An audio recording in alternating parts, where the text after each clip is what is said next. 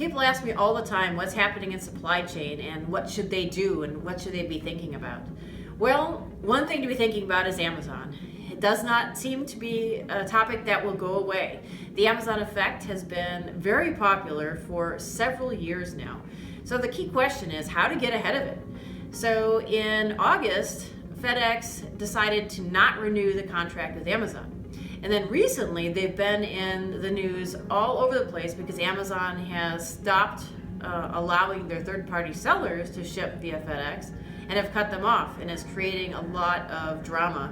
And FedEx is suffering for it at the moment. So I think the key question will be is, will their strategy turn out to be the right one, or will they become like a Sears? But they are doing something proactively by stopping the contract with Amazon. So it'll be very interesting to see how that turns out. In the meantime, why should we care about this if we don't, if we're not doing business with Amazon?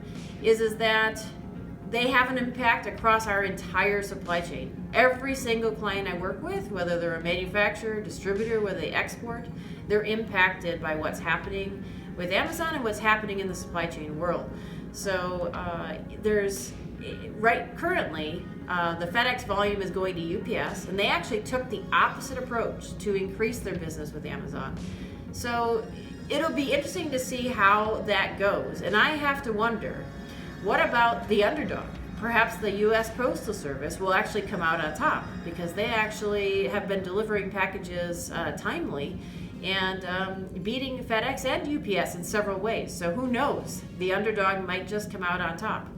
So stay tuned, and it'll be interesting to see what happens in 2020. And I look forward to helping clients navigate these interesting times we live in our supply chain and logistics infrastructure.